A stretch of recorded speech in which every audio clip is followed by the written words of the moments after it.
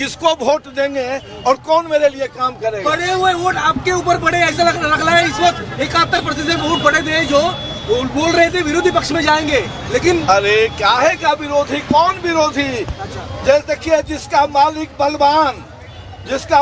बलवान उसका चेला पहलवान। अच्छा हाँ। अच्छा, तो क्या लगता है इस बार 5 साल में जिस तरीके से काम हुआ है और तेजी से बढ़ेगा और बहुत बढ़िया होगा, आप देखना।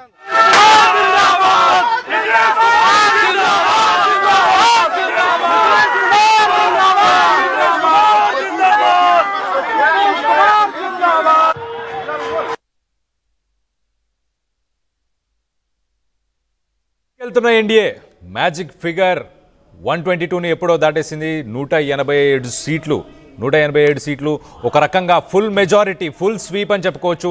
సో దానికి సంబంధించి ప్రస్తుతానికి నాయకులు, నేతలు ప్రస్తుతానికి సెలబ్రేట్ చేసుకుంటున్నారు. ఇటు నితీష్కే మళ్ళీ పట్టం కట్టారు. ఒక రకంగా మనం చూస్తే ఇటు ఆర్జేడీకి సంబంధించిన తేజస్వి యాదవ్ కూడా 12,000 వెనుకంజలో ఉన్నారు.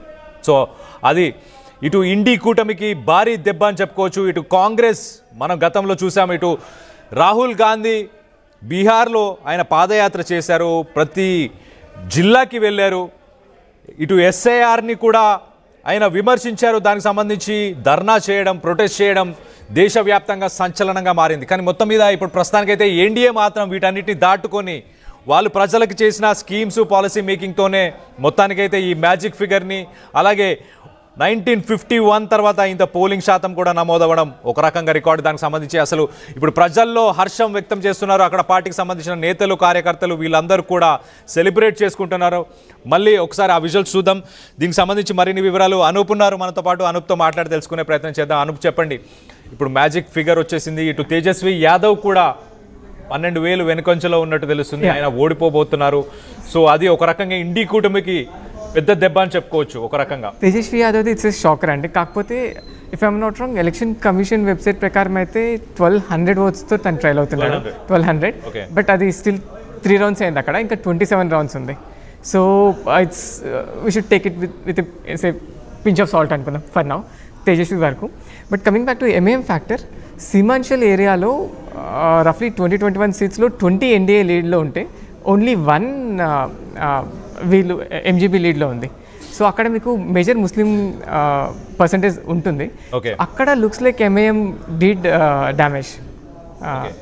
యా, సో మనకు ఎగ్జాక్ట్ ఫిగర్స్ వస్తే క్లారిటీ వస్తుంది. But M A M looks like Seemanchal ఏరియాలో సో 20:1 అనేది చాలా హ్యూజ్ డిఫరెన్స్. అది difference.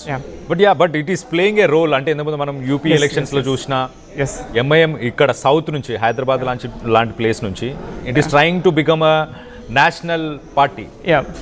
So it is successful in that way అని అనుకోవచ్చా? రానున్న రోజుల్లో బీహార్ కాకపోయినా మిగతా రాష్ట్రాల్లో కూడా ఎఫెక్ట్ చూపించబోతుందా? డెఫినెట్గా play a role in Bihar governance in the coming years? గవర్నెన్స్లో ప్రాబ్లీ నాట్, బట్ మనకు states like Maharashtra, UP, Bihar ఎక్కడెక్కడైతే మీకు ముస్లిం పాకెట్స్ ఉన్నాయో అక్కడ వీళ్ళు ఓట్ కట్ చేయడానికైతే డెఫినెట్గా మీకు ఎన్డీఏకి హెల్ప్ అవుతుంది ఎంఏఎం. ఓకే, బట్ దెన్ అగైన్ మనకు if you look at even Jan Suraaj party తీసుకున్నా కూడా it's a by election. Like Jubilee Hills or మీకు 3-4 ప్లేసెస్లో ఎలక్షన్ జరుగుతుంది అనుకోండి, వాళ్ళకున్న రిసోర్సెస్తో వాళ్ళు సమ్ ఇన్ఫ్లుయెన్స్ చూపించగలుగుతారు. But when it comes to state wide election, అందుకే మీకు జేఎస్పీ కూడా ఎలాంటి ఇది కనిపించట్లేదు. What do you think of JSP, Jan Suraaj party? Prashant Kishor ఒక పొలిటికల్ స్ట్రాటజిస్ట్, ఒక పొలిటికల్ అనలిస్ట్. ఇటు నితీష్ కుమార్ ఫస్ట్ టైం పవర్లోకి రావడానికి ఆయననే ఒక రకంగా హెల్ప్ చేశాడు. He was there, he was along the team, he was working along with Nitish Kumar. అప్పుడు ఆయన Nitish Kumar తో పాటు పనిచేశారు. దాని తర్వాతనే ఆయన ఇండియాలో ఉన్న వేరే స్టేట్స్లో కానీ మిగతా ప్లేసెస్లో కానీ ఆయన ఒక ఐప్యాక్ని పెట్టి ఇదంతా ముందుకు తీసుకెళ్ళడం అదంతా జరిగింది. కానీ సో ఆయనకి ఏంటి, ఆయనకి ఏమైనా సీట్లు వచ్చే అవకాశం ఉందా, లేకపోతే ఆయన ఓటింగ్ పర్సంటేజ్ ఏ రకంగా ఉండబోతుంది? ఐ థింక్ 1 or 2 సీట్స్లో వాళ్ళు కొంచెం ఫస్ట్ అండ్ సెకండ్ ప్లేస్లో ఉన్నట్లున్నారు. బట్ డజంట్ లుక్ లైక్ వాళ్ళు ఏదైనా విన్ అవుతున్నట్లయితే కనిపించట్లేదు. అది మనం అనుకున్నట్లు స్టేట్ వైడ్ ఎలక్షన్ జరుగుతున్నప్పుడు జన్సురేష్ లాంటి పార్టీకి ఓట్ వేస్తే నా ఓట్ వేస్ట్ అవుతుంది అనేది ఒకటి ఉంటుంది. అంటే నేను ఒక bipolar contest. His point was I'm a option. ఇటు మీరు ఎన్డీఏ ఉంది, ఇటు ఇండి కూటమి మహాగఠబంధన్ ఉంది. వీళ్ళకి ఆప్షన్, వీళ్ళకి చాయిస్ ఇచ్చారు, వీళ్ళని గెలిపించారు. నాకు ఒక అవకాశం ఇవ్వండి I can show you change, నేను మీకు చేంజ్ చూపించగలుగుతాను అన్న ఉద్దేశంతో ఆయన ఆ అజెండాని ఎస్పెషలీ ఎక్కువ శాతం ఎడ్యుకేటెడ్. అయితే ఎవరైతే మైగ్రేట్ అయ్యి మిగతా స్టేట్స్ సిటీస్కి వెళ్ళారో వాళ్ళందరూ వెనక్కి వచ్చి ఓట్లు వేసారా? బికాజ్ ఓటింగ్ పర్సెంట్ అయితే చాలా ఎక్కువ కనిపిస్తుంది కదా. ఓటింగ్ పర్సెంటేజ్ పెరిగింది, but then educated people Prashant కిషోర్కి అట్రాక్ట్ అవ్వలేదా, ఆయనకు ఓట్లు వేయలేదంటారా?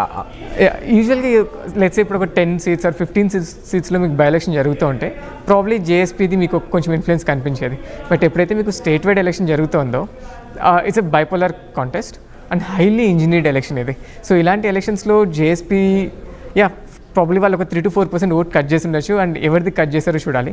ఎగ్జిట్ పోల్స్ చూస్తే మై యాక్సెస్ లాంటి వాళ్ళు వాళ్ళకి వస్తున్న ఓట్ షేర్ కూడా ఎన్డీఏ నుంచి వస్తుందని అన్నారు, నాట్ ఫ్రమ్ ఎంజీపీ.